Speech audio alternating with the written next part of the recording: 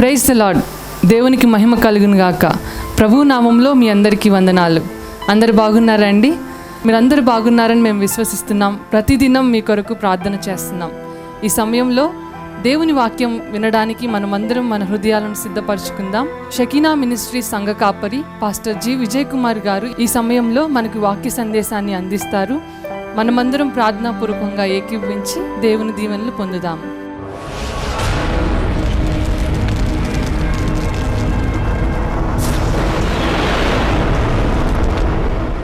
ఇర్మీయా గ్రంథంలో 29వ అధ్యాయం 11వ వచనం చదువుదాం. నేను మిమ్మల్ని గూర్చి ఉద్దేశించిన సంగతులను నేను ఎరుగుదును. రాబో కాలమందు మీకు నిరీక్షణ కలిగినట్లుగా అవి సమాధానకరమైన ఉద్దేశంలే కానీ హానికరమైనవి కావు. ఇదే యెహోవా హక్కు. ఈ యొక్క వాగ్దానం, ఈ యొక్క వచనం మనందరికీ ఇది సుపరిచితమే, మనందరికీ తెలిసిన వాగ్దానమే. నేను మిమ్మల్ని గూర్చి ఉద్దేశించిన సంగతులను నేను ఎరుగుదును. ఇక్కడ దేవుడు ఇర్మీయాతో మాట్లాడుతున్న మాటలు ఏంటంటే, ఇజ్రాయెల్ని బట్టి ఆయన ఇక మాట మాట్లాడుతున్నారు. నేను మిమ్మల్ని గూర్చి ఉద్దేశించిన సంగతులు నేను ఎరుగుదును అంటే, ఇక్కడ ఉద్దేశించిన సంగతులు అంటే అది దేవుని యొక్క చిత్తం మన ఎడల. ఇక్కడ ఇజ్రాయెల్ గురించి మాట్లాడుతున్నారు కాబట్టి ఇక్కడ ఇజ్రాయెల్ పట్ల ఆయన యొక్క చిత్తం, ఆయన యొక్క ప్రణాళిక, ఆయన యొక్క ఆలోచనలు, ఆయన ఉద్దేశించిన సంగతులని ఇక్కడ మనం అర్థం చేసుకోవచ్చు. అంటే ఇజ్రాయెల్ పట్ల దేవుడు ఏ కార్యాలు చేయబోతున్నాడో ఆయన ముందుగానే ఎరిగి ఉన్నాడని సెలవిస్తున్నారు. ఇక వాగ్దానాన్ని దేవుడు ఈరోజు మనకి ఇస్తున్నారు కనుక ఇక్కడ ఇజ్రాయెల్ బదులు మన యొక్క పేరు పెట్టుకోవాలి. ఇక్కడ నేను మిమ్మల్ని గూర్చి ఉద్దేశించిన సంగతులను నేను ఎరుగుదును అంటే మన జీవితంలో జరగబోయే కార్యములు, దేవుడు మనకిచ్చే ఆశీర్వాదాలు అవ్వచ్చు, దేవుడు మనకిచ్చే ఇంకనూ జరగబోతున్న కార్యాలు అవ్వచ్చు, మన జీవితంలో జరగబోయే కార్యాలు దేవుడు ముందుగానే ఆయన ఎరిగి ఉన్నాడు కనుక మనం భయపడక్కర్లేదని దేవుడు తన యొక్క వాగ్దానానికి ఇక్కడ ఇస్తున్నారు. ఇక్కడ అదేవిధంగా తర్వాత రాబో కాలమందు మీకు నిరీక్షణ కలిగినట్లుగా అవి సమాధానకరమైన ఉద్దేశములే అని ఇక్కడ దేవుడు ఇక వాగ్దానాన్ని ఇస్తున్నాడు. రాబో కాలమందు మీకు నిరీక్షణ కలిగినట్లుగా అవి సమాధానకరమైన ఉద్దేశంలే కానీ హానికరమైనవి కావని ఇక్కడ దేవుడు సెలవిస్తున్నారు. ఇక్కడ దేవుడు మన పట్ల ఆయన ఉంచిన చిత్తము, ఆయన మన పట్ల ఉంచిన ఆయన యొక్క ప్రణాళిక, ఆయన యొక్క ఆలోచనలు అవి ఎలాగున్నాయంటే సమాధానకరంగా ఉన్నాయని దేవుని యొక్క వాక్యం సెలవిస్తుంది. అదేవిధంగా ఇక్కడ హానికరమైనవి కావని ఇక్కడ ఎందుకు రాబడిందో మనం వాక్య ధ్యానం చేసేటప్పుడు మనకు అర్థమవుతుంది. ఎందుకంటే దేవుడు ఎప్పుడు చేసిన ఆయన యొక్క క్రియలు అవ్వచ్చు, ఆయన కార్యాలు అవ్వచ్చు, ఎప్పుడు సమాధానకరంగానే ఉంటాయి. అంటే దాని అర్థం ఏంటంటే ఆశీర్వాదకరంగానే ఉంటాయి. దేవుని యొక్క కార్యాలు ఎవరి జీవితంలో ఆయన చేసినా కానీ అవి ఆశీర్వాదకరంగా ఉంటాయి. ఇక్కడ హానికరమైనవి కావు అని ఎందుకు ఇక్కడ రాసి ఉన్నారంటే, ఎందుకంటే మనుషులుగా మనము మన సొంత క్రియలు చేస్తే, లేకపోతే మన సొంత ప్రయత్నాలు చేస్తే, మన సొంత ఆలోచనలు, మన సొంత క్రియలు అవి హానికరంగా ఉండొచ్చు. ఇక్కడ దేవుడు ఇచ్చే ఆశీర్వాదాలు అవి సమాధానకరంగానే ఇక్కడ ఇక వాగ్దానం ద్వారా మనం నేర్చుకోవచ్చు. ఇక్కడ ఇక వాగ్దానం బైబిల్ గ్రంథంలో కొందరి జీవితాల్లో ఎలాగైనా నెరవేర్చబడ్డాయి, మన జీవితాల్లో ఎలాగైనా దేవుడు నెరవేర్చాలని ఆశపడుతున్నారో కొంతసేపు మనం ధ్యానం చేద్దాం. నేను మిమ్మల్ని గూర్చి ఉద్దేశించిన సంగతులను నేను ఎరుగుదును. రాబో కాలమందు మీకు నిరీక్షణ కలిగినట్టుగా అవి సమాధానకరమైనవి ఉద్దేశములే కానీ హానికరమైనవి కావని ఇక్కడ దేవుడు సెలవిస్తున్నారు. ఇక్కడ చెప్పిన రీతిగానే బైబిల్ గ్రంథంలో అనేక మందిని మనం సాక్షాత్తంగా చూపించవచ్చు. అదేవిధంగా మన జీవితంలో కూడా మనం అనుభవపూర్వకంగా ఇప్పటివరకు మనము అనుభవించిన ఆశీర్వాదాలు అవ్వచ్చు, దేవుడు మన జీవితంలో చేసిన అద్భుత కార్యాలు అవ్వచ్చు, అవి ఎలాగనున్నాయి అంటే సమాధానకరంగా ఉన్నాయి, అంటే ఆశీర్వాదకరంగా ఉన్నాయని మనము ఇక్కడ ఉన్నవారు, మనం రక్షణ పొందిన మనము అనుభవపూర్వకంగా సాక్ష్యం ఇవ్వచ్చు.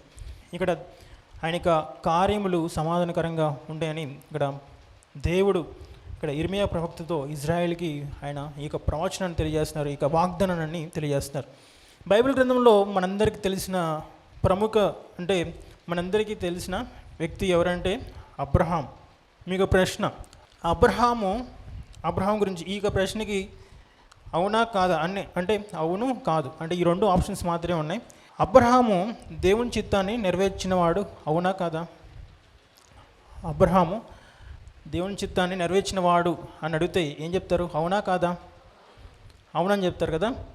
సరే, ఇప్పుడు మీరు ఎలా చెప్పారంటే ఆన్సర్ అబ్రహాము జీవితాన్ని ఓవరాల్గా అంటే ఒక మాటలో మీరు చెప్పారు, ఆయన దేవుని యొక్క చిత్తాన్ని నెరవేర్చాడు. కానీ అబ్రహాం జీవితంలో కొన్ని సంఘటనలు తీసుకొని చెప్తే ఇక ఆన్సర్ అవునంటారా? అప్పుడు అవునని చెప్తారా లేకపోతే కాదని చెప్తారా? అంటే ఇప్పుడు మీరు తన యొక్క జీవితాన్ని అబ్రహాముని ఒక జీవితంలో అది ఒక మాటలో మీరు తన యొక్క జీవితాన్ని మీరు చెప్పారు, ఆయన దేవుని చిత్తాన్ని నెరవేర్చిన వాడు అని చెప్పారు. అబ్రహాం జీవితంలో కొన్ని సంఘటనలు జరిగినాయి. ఒక సంఘటన తీసుకున్నప్పుడు అబ్రహాము కొన్నిట్లో అక్కడ దేవుని చిత్తాన్ని నెరవేర్చాడు, కొన్నిట్లో నెరవేర్చలేదు. అవునా కదా? అబ్రహాము నేను చెప్పబోయే కొన్ని సంఘటనలు మీకు అర్థమవుతాయి.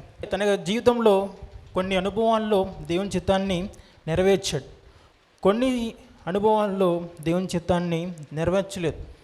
అవి మనం తెలుసుకున్నప్పుడు మనకు అర్థమవుతుంది. మొదటిగా అబ్రహామును దేవుడు పిలుచుకున్నాడు. ఆదికాండంలో 12వ అధ్యాయంలో మనందరికీ తెలిసిన ఇక వచనం, అబ్రహాముని దేవుడు మొదటిసారి అక్కడ మొదటిగా ఆయన పిలుచుకున్న ఆ వచనం చూస్తే ఆదికాండం 12వ అధ్యాయంలో ఇక్కడ రాయబడి ఉంటుంది, నీవు లేచి నీ దేశం నుండి నీ బంధువుల యొద్ద నుండి నీ తండ్రి ఇంటి నుండి బయలుదేరి నేను నీకు చూపించు దేశముకు వెళ్ళుము, నిన్ను గొప్ప జనముగా చేసి నిన్ను ఆశీర్వదించి నీ నామమును గొప్ప చేయుదును, నీవు ఆశీర్వాదముగా ఉండు, నిన్ను ఆశీర్వదించు వారిని ఆశీర్వదించదను, నిన్ను దూషించు వారిని శపించదను, భూమి యొక్క సమస్తములు నీ యందు ఆశీర్వదించబడునని అబ్రాహాముతో అనగా. ఇక్కడ మొదటిసారిగా దేవుడు అబ్రహాముని పిలిచిన విధానం మనందరికీ తెలుసు. ఇది దేవుని యొక్క చిత్తం. ఏమిటంటే దేవుని యొక్క చిత్తం ఏంటంటే అబ్రహాముని దేవుడు తన యొక్క కుటుంబీకుల నుంచి తను నివసిస్తున్న ప్రాంతం నుంచి వేరుపరిచి మరొక ప్రాంతానికి తీసుకెళ్ళి మరొక దేశానికి తీసుకెళ్ళి ఆ యొక్క ప్రాంతాన్ని అబ్రహాముకి ఇచ్చి తనకి సంతానానికి ఇచ్చి ఆశీర్వదించాలని దేవుని యొక్క ఆశ, దేవుని యొక్క చిత్తం, దేవుని యొక్క ప్రణాళిక. ఇది మొదటిగా దేవుని యొక్క చిత్తాన్ని ఇక్కడ దేవుడు బయలుపరిచారు. మనందరికీ తెలుసు ఇక్కడ అబ్రహాము దేవుని యొక్క చిత్తాన్ని లేకపోతే దేవుని యొక్క మాట విని వచ్చాడా రాలేదా? వచ్చాడు. అందరం మాట్లాడాలి. అబ్రహాము ఇక్కడ దేవుని యొక్క మాట విని బయటికి వచ్చాడా రాలేదా? వచ్చారు కదా. దేవుని యొక్క మాట విని బయటకు వచ్చారు. దేవుని యొక్క మాట చొప్పున ఆయన తన తండ్రి ఇంటిని అన్నిటిని విడిచిపెట్టి దేవుడు చెప్పిన రీతిగానే బయటికి వచ్చాడు. అంటే దేవుని చిత్తాన్ని ఇక్కడ నెరవేర్చాడు. మరొక సంఘటన, అబ్రహాము ఇస్సాకుని బలి ఇవ్వమని దేవుడు కోరతాడు. అప్పుడు కూడా మనమే ఆ ప్లేస్లో ఉంటే నీకు కుమారుని లేదా నీ కుమార్తెని బలి ఇవ్వమంటే మనం చేసేవారం కాదేమో. కానీ అబ్రహాం మాత్రం దేవుని యొక్క మాటకి లోబడి అక్కడ ఆ యొక్క అనుభవంలో దేవుని యొక్క ప్రణాళిక, దేవుని యొక్క చిత్తం మొదటిగా ఏంటంటే అబ్రహాముకి దేవుడికి లోబడతారా లేదా అని దేవుడు పరీక్షించాడు. అబ్రహాము ఆ యొక్క పరీక్షలో అబ్రహాము ఆ యొక్క సంఘటనలో మొదటగా దేవుడు చెప్పగానే ఇస్సాకుని బలి ఇవ్వమని చెప్పగానే అబ్రహాంకి ఎన్నో ప్రశ్నలు వచ్చుంటాయి. అసలు ఇవ్వాలా వద్దా? ఒక మానవుడిగా అనేక ప్రశ్నలు రావచ్చు.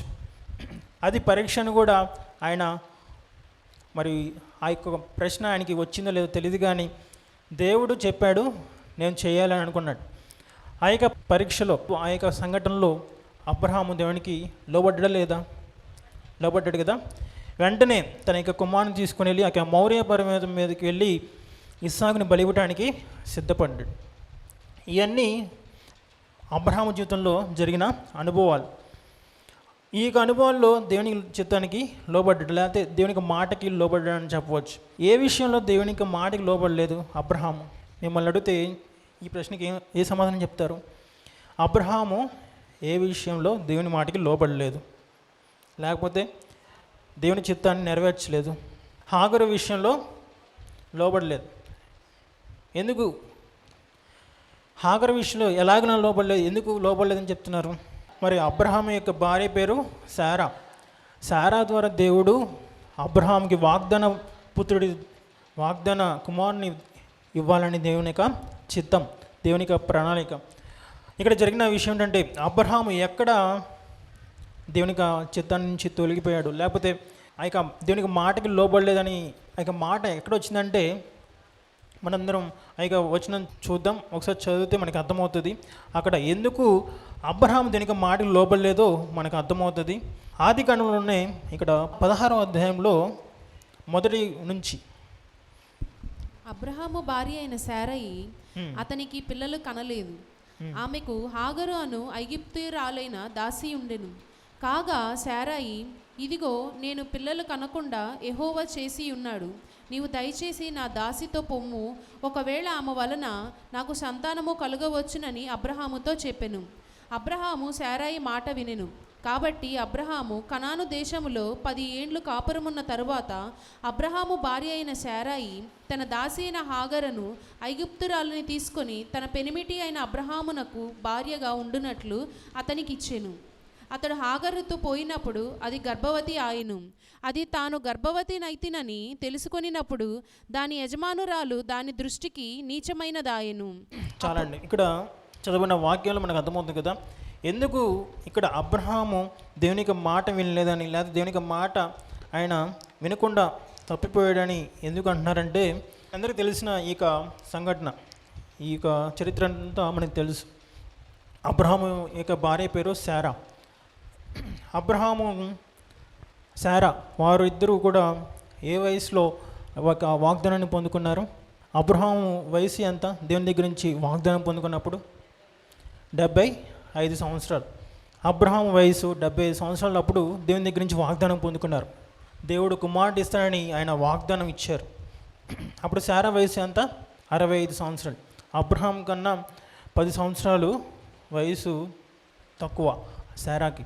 ఇక్కడ మనము చదువుకున్న రీతిగా మనము ఇక ఒక విషయాన్ని మనం తెలుసుకున్నాం. మొన్న పాస్టర్ జబరాజ్ గారు ఒక మాట చెప్పారు కదా, అక్కడ ఆ యొక్క దేశంలో వారికి ఉన్న ఒక కల్చర్ ఏంటంటే, ఎవరైతే ఆ యొక్క భార్యాభర్తలుగా ఉంటున్నారో వారికి 10 సంవత్సరాలకి పిల్లలు లేకపోతే ఆ యొక్క పురుషుడు మరొక స్త్రీని వివాహం చేసుకోవచ్చు. ఇక్కడ శారా ఏం చేసిందంటే, దేవుడు వారికి వాగ్దానం ఇచ్చారు, మీకు వాగ్దాన పుత్రుని ఇస్తానని ఆయన వాగ్దానం ఇచ్చారు. శారా ఇక్కడ 10 సంవత్సరాలు వేచి చూసింది కానీ వారికి సంతానం లేదు. ఆ యొక్క సమయంలో శారా ఏం చేసిందంటే, శారానే తన ఆలోచన లేకపోతే ఒక ఐడియా ఇచ్చింది. ఏంటంటే, నాకున్న ఇక దాసిని నీవు పెళ్లి చేసుకో, ఆమె ద్వారా నువ్వు సంతానాన్ని కను అని ఈమె ఒక ఆలోచన ఇచ్చింది. కానీ అది దేవుని చిత్తము కాదు. అయినప్పటికీ ఇక్కడ శారా ఏం చేసిందంటే, తను ఆ యొక్క వాగ్దాన పుత్రుని పొందడానికి ఆ 10 సంవత్సరాలు వేచి చూసింది, కానీ తర్వాత ఆమె వేచి ఉండడానికి ఇష్టపడలేదు. పిల్లలు సంతానం కావాలని ఆమె అక్కడ యొక్క దాసిని హాగర్ని, ఆమె ఒక ఐగుప్తురాలు, ఆమె తీసుకొని అబ్రహాంకి ఇచ్చినప్పుడు అక్కడ అది దేవుని చిత్తం కాదు. హాగర్ ద్వారా సంతానం పొందడం అది దేవుని చిత్తం కాదు. దేవుడు ఏమన్నా అంటే, మీ ఇద్దరికీ నేను వాగ్దాన పుత్రుని ఇస్తానని ఆయన అక్కడ వాగ్దానం చేశారు. కనుక వారు అక్కడ శారా మాట విని అబ్రహాము దేవునికి చిత్తానికి అక్కడ నెరవేర్చలేకపోయాడు. అక్కడ శారా ఎప్పుడైతే హాగర్ని ఇచ్చిందో, మరి అబ్రహాముకి హాగర్కి ఇష్మాయిల్ అనే కుమారుడు పుట్టాడు. ఈ ఇష్మాయిలు మరి వాగ్దాన పుత్రుడు కాదు. అక్కడ అలాగున అబ్రహాము జీవితంలో దేవునికి చిత్తాన్ని ఆ యొక్క సంఘటనలో తనకి ఆ యొక్క అనుభవం చూసినప్పుడు అబ్రహాము దేవునికి చిత్తాన్ని నెరవేర్చలేదు. మనం గురించి ఇప్పుడు ఆలోచిస్తే మన జీవితంలో కూడా మనం కూడా ఒక ఆశ ఉంటుంది, దేవునికి చిత్తాన్ని మనం నెరవేర్చాలి, లేదా దేవునికి మాట చొప్పున నేను నడవాలి. ప్రతి ఒక్కరు కూడా వారి యొక్క పని చేసేవారంటే, ఉద్యోగం చేసేవారైతే ఆ యొక్క ఉద్యోగంలో దేవునికి చిత్తాన్ని నెరవేర్చాలి. లేకపోతే స్టడీస్లో వారు ఏ స్టడీస్ చదవాలో దేవునికి ప్రణాళిక చొప్పున వారు ముందుకెళ్ళాలని ఆశపడుతూ ఉంటారు. ఎవరికి వారి యొక్క ఉన్న పనులు బట్టి స్టూడెంట్స్ అయితే వారైతే దేవునికి సన్నిధిలో వారు కనబడతారు, నేను పలానా స్టడీస్లో ముందుకు వెళ్ళాలి, ఇది దేవుని చిత్తమ కాదా అని ప్రతి ఒక్కరు కూడా వారు కనబడుతూ ఉంటారు. అదే ఉద్యోగం కోసం ఎదురు చూసేవారైతే ఇది దేవుని చిత్తమా కాదా అని ఉద్యోగానికి వెళ్ళేటప్పుడు వారు జాయిన్ అయ్యేటప్పుడు ఆలోచిస్తారు, లేకపోతే కనిపెడతారు. అలాగనే మనము ప్రతి విషయంలో మనం చేసే ప్రతి పనిలో దేవుని చిత్తం చేస్తున్నామా లేదా అనేది ఖచ్చితంగా మనం ఇక్కడ ప్రశ్న వేసుకోవాలి. ఎందుకంటే అబ్రహామును చూస్తే నీతిమంతుడు. అబ్రహాము మీరు చెప్పినట్టు రీతిగానే మొదటగా మీరు చెప్పారు, అబ్రహాము దేవుని చిత్తాన్ని నెరవేర్చాడా అంటే నెరవేర్చారని అందరూ ఖండితంగా చెప్పారు, మంచిదే. కానీ కొన్ని అనుభవాల్లో కొన్ని సంఘటనలు చూసినప్పుడు అబ్రహాము అక్కడ తప్పిపోయాడు. ఒక విషయంలో ఆయన తప్పిపోయాడు. ఎవరి వలన అంటే అక్కడ శారా ఇచ్చిన ఆ యొక్క సలహా, ఆ యొక్క ఆలోచనతో దేవుడు నుంచి వారు పొందుకోవాల్సిన ఆ యొక్క బహుమానం వారు పొందుకోవడానికి అక్కడ ఆలస్యమైంది అనేది నిజమే. కానీ అది అక్కడ ఇష్మాయేలు పొందుకోవడం అనేది దేవుని చిత్తము కాదు. ఇష్మాయేలు జన్మించాడు, అయినప్పటికి కూడా దేవుడు వాగ్దాన పుత్రుడిగా ఇష్మాయేల్ని చేయలేదు. కానీ దేవుడు ఏమన్నా అంటే అబ్రహాముని మనం చూసినప్పుడు దేవుని యొక్క చిత్తంలో అబ్రహాముకి దేవుడు 100వ సంవత్సరంలో అంటే 100వ సంవత్సరంలో 100వ సంవత్సరంలో దేవుడు కుమారుడు ఇవ్వాలని దేవుని యొక్క చిత్తమే ఉన్నది. అది గ్రహించలేక వీరు అక్కడ దేవునికి చిత్తాన్ని నెరవేర్చలేదు. ఇలాగున అబ్రహాము అక్కడ ఆ యొక్క అనుభవంలో ఆ యొక్క సంఘటనలో దేవుని చిత్తాన్ని నెరవేర్చలేదు. ఇక్కడ మనం చూసినప్పుడు మనము అక్కడ మనం ప్రశ్న వేసుకుంటే, లేకపోతే మన గురించి మనము దేవుని సన్నిధిలో మనం ప్రశ్న వేసుకుంటే మనము ఎలాగున్నాం? మనం కూడా కొన్ని సంఘటనల్లో అవి కొంతమంది వారి యొక్క వివాహంలో అవ్వచ్చు, కొంతమంది వారి యొక్క ఉద్యోగంలో అవ్వచ్చు, అది ఏదైనా వారు ఏమైనా పని ప్రారంభించినప్పుడు దేవునికి సన్నిధిలో కొన్నిసార్లు దేవుని దగ్గర కనబెడతారు, కొన్నిసార్లు మన యొక్క ఆలోచనలే బాగుంటాయి అని అనిపిస్తూ ఉంటాయి. అంటే మనం తీసుకున్న ఆలోచనలు బాగున్నాయని ముందుకెళ్తూ ఉంటాం, దేవుని యొక్క సన్నిధిలో కనిపెట్టకుండా ముందుకు వెళ్తూ ఉంటాం. ఎందుకంటే కొన్నిసార్లు ఆలస్యమైనప్పుడు ఇక్కడ అబ్రహాముకి శారాకి దేవుడు వాగ్దాన పుత్రుడు ఇస్తా అన్నారు. ఆ యొక్క సమయంలో వారికి ఆ యొక్క ఆలస్యాన్ని వారు చూశారు. ఇక శారా ఏమనుకుంది, ఇక దేవుడు నాకు ఎవడేమో అని ఒక అవిశ్వాసం వచ్చింది. కనుకనే అక్కడ అలాంటి నిర్ణయం తీసుకుంది, హాగర్ని ఇవ్వాలని ఆమె అక్కడ అలాంటి నిర్ణయం తీసుకుంది. అంటే ఇక్కడ మనం చూసినప్పుడు దేవునికి సన్నిధిలో మనం ఎక్కడెక్కడ తప్పిపోతామంటే, దేవునికి సన్నిధిలో మనకి ఆశీర్వాదం అనేది త్వరగా రాకపోతే, ఆశీర్వాదం అనేది ఆలస్యం అవుతే మనం ఏం చేస్తామంటే మన యొక్క సొంత ఆలోచన మీద ముందుకెళ్ళిపోతూ ఉంటాం. అది ఆ యొక్క పాఠాన్ని మనం నేర్చుకోవాలి. అబ్రహాము జీవితంలో ఈ యొక్క పాఠాన్ని మనం నేర్చుకోవాలి. దేవునికి సన్నిధిలో దేవుడు మనకి వాగ్దానం ఇచ్చాడంటే ఖచ్చితంగా అది నెరవేరుస్తాడు. అబ్రహాము దేవుడు అక్కడ ఒక వాగ్దానం ఇచ్చారు, నీకు సంతానం నేను ఆశీర్వదిస్తానని ఆయన ఆ వాగ్దానం ఇచ్చారు. ఆయన ఇచ్చినవాడు నమ్మదగినవాడు, ఇచ్చినవాడు మనుషుడు కాదు కానీ ఆయన సృష్టికర్త. కాబట్టి ఆయన ఆ యొక్క మాట ఇచ్చాడంటే ఖచ్చితంగా ఆయన నెరవేరుస్తాడు. కనుక ఆ యొక్క వాగ్దానం నెరవేర్పు అయ్యే వరకు మనము వేచి ఉండాలి. అబ్రహాము తర్వాత ఆ యొక్క సత్యాన్ని గ్రహించాడు. అదేవిధంగా మనకున్న సమస్యలను బట్టి ఇక్కడ అబ్రహాముకున్న లేకపోతే శారాకున్న సమస్య ఏంటంటే అందరూ తనని గొడ్రాలు అంటున్నారు. అదేవిధంగా మనము మన యొక్క సమస్యల గురించి ఆలోచిస్తే మనకు కూడా సమస్యలు ఉన్నప్పుడు అవిశ్వాసం అనేది రావచ్చు, లేకపోతే అవిశ్వాసంలో పడిపోతూ ఉంటాం. మనకున్న సమస్యలను బట్టి, లేకపోతే మనకున్న అనారోగ్యాన్ని బట్టి, లేకపోతే మన ముందున్న ఆ యొక్క మనకు ఎదురవుతున్న ఆ యొక్క అనుభవాలను బట్టి, లేకపోతే మనం ఏం ఆలోచిస్తూ ఉంటే ఒకసారి అవిశ్వాసంలోకి వెళ్ళిపోతూ ఉంటాం. ఈ సమస్యలు చూసి ఎందుకు ఈ సమస్యలు నాకే వచ్చాయి, ఎందుకు దేవుడు నన్ను పట్టించుకోవట్లేదు అని ఒక అవిశ్వాసం అనేది ఖచ్చితంగా రావచ్చు. ఇక్కడ శారా కూడా అటువంటి అవిశ్వాసంలోకి వెళ్ళింది కనుక అక్కడ ఒక చెడు నిర్ణయాన్ని, లేకపోతే దేవునికి ఇష్టం లేని నిర్ణయాన్ని ఒక ఆలోచన కలిగింది. కనుక మన జీవితంలో కూడా దేవుడిచ్చిన వాగ్దానం నెరవేర్పు కోసం మనం వేచి ఉండాలి. అది ఆలస్యమైనా మనం వేచి ఉండాలి.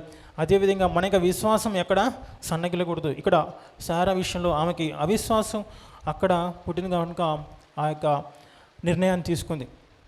అదేవిధంగా మనము ఇంకా కొన్ని ఉదాహరణలు చూస్తే మనకి అర్థమవుతుంది. ఇక్కడ అబ్రహాము ఎప్పుడైతే ఆ యొక్క 100వ సంవత్సరంలో అక్కడ దేవుడు చెప్పిన రీతిగా అక్కడ వాగ్దాన పుత్రుడు పొందుకున్నాడు, అక్కడ దేవుని యొక్క చిత్తాన్ని అక్కడ నెరవేర్పుని చూశాడు, అక్కడ దేవుణ్ణి స్తుతించాడు.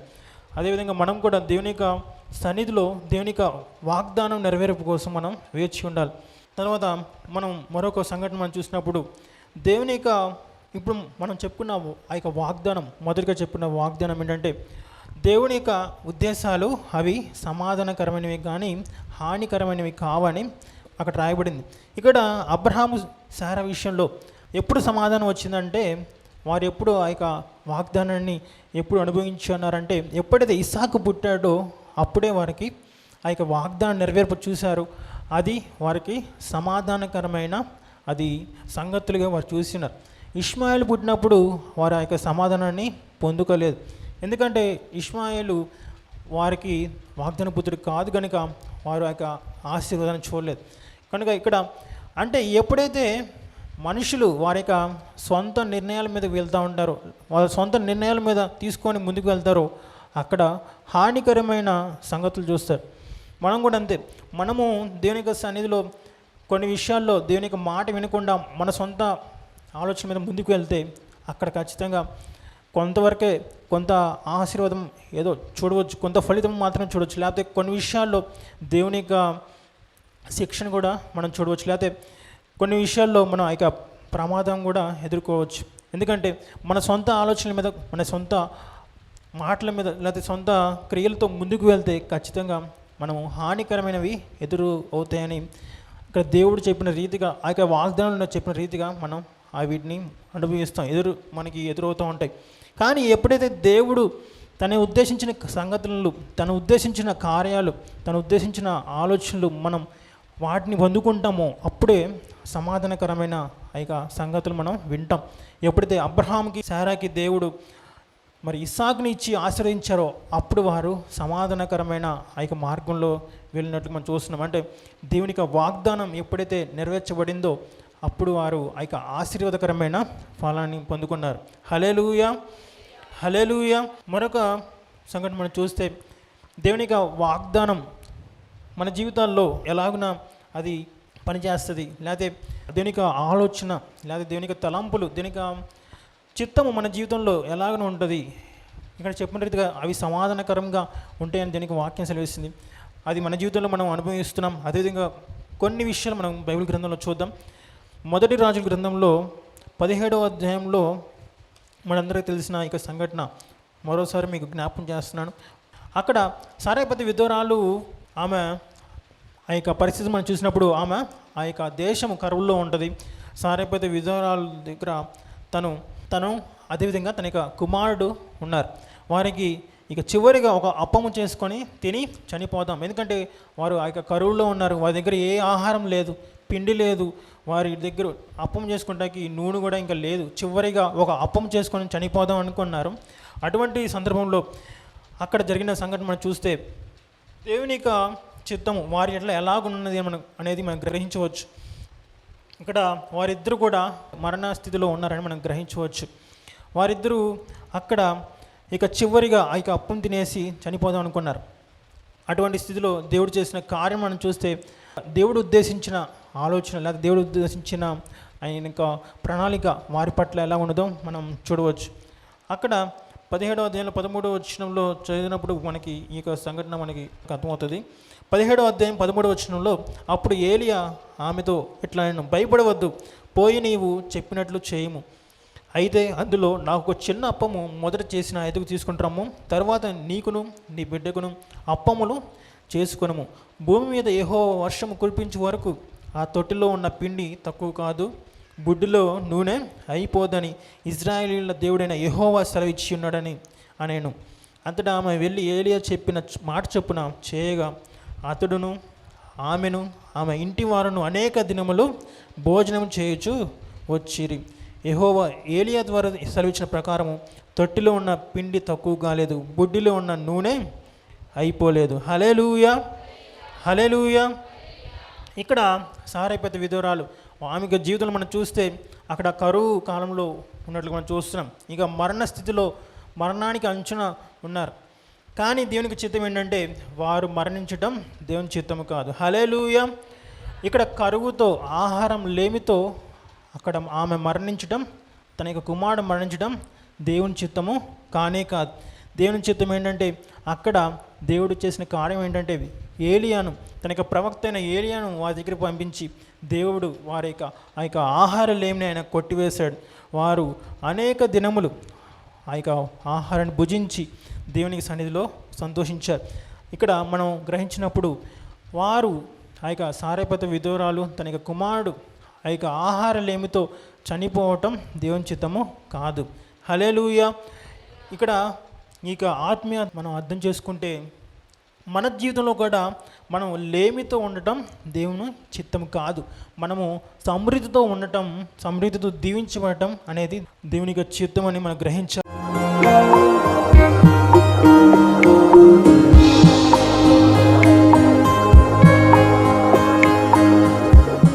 ప్రభునందు ప్రియ దేవుని బిడ్డలారా, ఎంతవరకు దేవుని వాక్యం విన్నందులకు ప్రభునామమున వందనాలు తెలియజేస్తున్నాం. మనం అందరం ప్రార్థనలో ఏకీపిద్దాం. తలలు వంచి కనులు మూసుకొని ప్రార్థనలో ఏకీపిద్దామండి. ప్రార్థించుకుందాం. మహోన్నతుడైన దేవ, పరిశుద్ధుడైన మా ప్రభువా, నీ పరిశుద్ధమైన పాదములకు వందనాలు. ఇదిగో నాయనా, ఈ వాక్యము ద్వారా మాతో మీరు మాట్లాడినందుకు వందనాలు ప్రభా. అవును, నువ్వు సజీవుడైన దేవుడు అయ్యా, మాట్లాడే దేవుడవు ప్రభా. ఈ వాక్యం మా హృదయంలో పదిలిపరుచుకుంటూ సహాయం చేయండి. సంపూర్ణమైన మారు మనసు మాకు దయచేయండి. పాప క్షమాపణ అనుభవం మాకు దయచేయండి. రక్షణ ఆనందం మాకు దయచేయండి ప్రభువా. ఈ అనారోగ్యములు, బలహీనతలు, సమస్యలు, శోధనలు, సైతాను ఆటంకాలు అన్నీ కూడా యేసుక్రీస్తు నామములో తొలగించండి నాయన. పరిశుద్ధాత్మ దేవ, మీ కార్యం జరిగించండి అయ్యా. మీరు మాకు తోడుగా ఉండి దీవించండి. మమ్మల్ని, మా కుటుంబం జ్ఞాపకం చేసుకోండి. మా బిడ్డలు మీరు ఆశీర్వదించండి ప్రభువా. మా కుటుంబంలో రక్షణ ఆనందం సంపూర్ణంగా దయచేయండి. ఎటువంటి అవసరాలని మీకు తెలుసునైనా ప్రతి అవసరతలో కూడా మాకు సహాయం దయచేయండి. అన్ని విషయాలు కూడా మీరు దీవించండి. ఈ టీవీ ప్రోగ్రాం చూసిన ప్రతి ఒక్కరిని పేరు వరుసన మీరు దీవించి రక్షించి మీరు అక్కడ కొరకు సిద్ధపరచండి. మంచి భవిష్యత్తును వారికి దయచేసి మీ కృపలో మీరు వర్ధలు చేయమని నీకే సమర్పణ చేసుకుంటూ యేసయ్య పరిశుద్ధ నామములో స్తుతించి ప్రార్థించి వేడుకుంటున్నాము తండ్రి. ఆమెన్. తండ్రి, కుమార, పరిశుద్ధాత్మ త్రియేక దేవుని దీవెన తోడుగా నడిపించను గాక. Amen, amen, amen. మీ అందరికీ ప్రభునామన వందనాలు. దేవుడు మిమ్మల్ని దీవించను గాక. ఆమెన్. ప్రభునందు ప్రియమైన సహోదరి సహోదరులందరికీ షకీనా ప్రార్థనా మందిరం తరపున హృదయపూర్వక వందనాలు తెలియజేస్తున్నాం.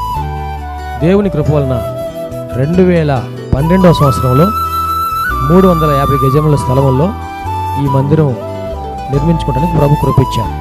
2016వ సంవత్సరంలో నూతన స్థలం 180 గజముల స్థలం తీసుకోవడానికి ప్రభు సహాయం చేశారు. ఈ సమయంలో ఈ స్థలం అంతట్లో కూడాను మందిరం నిర్మించుకోవడానికి ప్రభు ఏర్పాటు చేసి ఉన్నారు కనుక ఈ మందిర నిర్మాణం, పాత మందిరం తీసివేసి నూతన మందిర నిర్మాణం కార్యక్రమం ప్రారంభించబడిందని దయచేసి ఈ మందిర నిర్మాణం కొరకు మీరు అందరూ ప్రార్థన చేయాలని, ప్రేరేపించబడిన వారందరూ కూడాను ఈ మందిర నిర్మాణంలో 106 అడుగుల పొడవు, 45 అడుగుల వెడల్పు కలిగిన ఈ స్థలం అంతట్లో మందిర నిర్మాణం స్లాబ్ వేయటం జరుగుతుంది కనుక దయచేసి ప్రేరేపించబడిన వారందరూ కూడా మీ ఆర్థిక సహాయ సహకారాలు అందించి ప్రార్థించి మీరు దీవించబడాలని ప్రభునామన మనవి చేస్తున్నాం. ఈ స్క్రీన్ మీద చూపించబడుతున్న నంబర్కు మీరు ఫోన్పే కానీ, గూగుల్ పే కానీ, లేక మా అకౌంట్ నంబర్కి మీరు కానుక పంపించి సహాయం చేయాల్సిందిగా కోరుతున్నాం. లేక మీరు ప్రత్యక్షంగా వచ్చి ఈ మందిర నిర్మాణ కార్యక్రమాన్ని చూసి మీరు కానుక అందించి దీవించబడాలని ప్రభునామన మనం చేస్తాం. ప్రభు మనందరి తోడుగా ఉండి ఆశీర్వదించును గాక. ఆమె. షకీనా ప్రార్థనా మందిరంలో ఆదివారపు ఆరాధనకు మా ఆహ్వానం. అనారోగ్యంతో బాధపడుచున్నారా? దురాత్మలతో పీడింపబడుచున్నారా? పాపపు అలవాట్లు మానలేకపోతున్నారా? కుటుంబ సమస్యలతో కుంగిపోతున్నారా? భవిష్యత్తు గురించి భయపడుచున్నారా? షకీనా ప్రార్థనా మందిరానికి ఇదే మా ఆహ్వానం. రక్షణానందం పొందడానికి, ఆరోగ్యము, ఆశీర్వాదం పొందడానికి, పరిశుద్ధాత్మ అభిషేకం పొందడానికి, ప్రభు రాకడ కొరకు సిద్ధపడుటకు ఆదివారం ఉదయం 7:30 గంటలకు జరుగు ఆరాధనకు అందరికీ ఇదే మా ప్రేమపూర్వక ఆహ్వానం. షకీనా మెలోడీస్ అను మా పాట DVDలు, CDలు మరియు పాటల పుస్తకములు మా యొద్ద లభించు మరియు గుంటూరులోని ప్రబోధ బుక్స్టాల్ నందు మీకు లభించు. ఈ సందేశం మీకు ఆశీర్వాదకరంగా ఉందని నమ్ముచున్నాము. మీ ప్రార్థన అవసరతలకు మరియు మరిన్ని వివరములకు సంప్రదించవలసిన మా address pastor G. Vijay Kumar గారు, షకీనా ప్రార్థనా మందిరం, శారదా కాలనీ, 32వ లైన్, గుంటూరు. మా ఫోన్ నంబర్స్ 9963242497 మరియు ఒక నంబర్ 8885539777. Praise the lord.